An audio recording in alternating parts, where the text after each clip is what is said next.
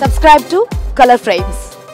14 నెలల తర్వాత అంతర్జాతీయ టీ20లోకి రీఎంట్రీ ఇచ్చిన రోహిత్ శర్మ వరుస డకౌట్లతో అభిమానుల్ని తీవ్రంగా నిరాశపరిచాడు. ఆఫ్ఘనిస్తాన్తో జరుగుతున్న టీ20 సిరీస్ లో తొలి 2 మ్యాచ్ల్లో రోహిత్ శర్మ ఒక్క పరుగు చేయకుండానే అవుట్ అయ్యాడు. కానీ చివరి మ్యాచ్ లో రోహిత్ చరిత్రలో నిలిచిపోయే ఇన్నింగ్స్ ఆడాడు. 64 బంతుల్లోనే 3 అంకెల స్కోర్ అందుకున్న రోహిత్ అంతర్జాతీయ టీ20లో 5 సెంచరీలు చేసిన ఏకైక బ్యాటర్ గా చరిత్ర సృష్టించాడు. ఈ క్రమంలో సూర్యకుమార్ యాదవ్, గ్లెన్ మాక్స్వెల్ రికార్డులను బద్దలు కొట్టాడు. పొట్టి ఫార్మేట్ లో సూర్య 4 సెంచరీలు, గ్లెన్ మాక్స్వెల్ 4 సెంచరీలు నమోదు చేశారు. ఇప్పుడు రోహిత్ 5 శతకాలతో టాప్ లోకి వచ్చాడు. 22 పరుగులకే 4 వికెట్లు కోల్పోయిన టీమిండియాను రోహిత్ శర్మ, రింకు సింగ్ కలిసి ఆదుకున్నారు. అగ్నికి వాయువు తోడైనట్టు రోహిత్ శర్మకు రింకు సింగ్ జత కలవడంతో టీమిండియా స్కోర్ బోర్డు పరుగులు పెట్టింది. రోహిత్ సెంచరీతో విధ్వంసం సృష్టిస్తే మరో ఎండ్లో 39 బంతుల్లో 2 ఫోర్లు 6 సిక్సర్లతో 69 పరుగులు చేసి రింకు సింగ్ అజేయంగా నిలిచాడు. వీళ్ళిద్దరూ బ్యాటింగ్ చేస్తున్నంత సేపు అభిమానులకు 2 కళ్ళు సరిపోలేదు.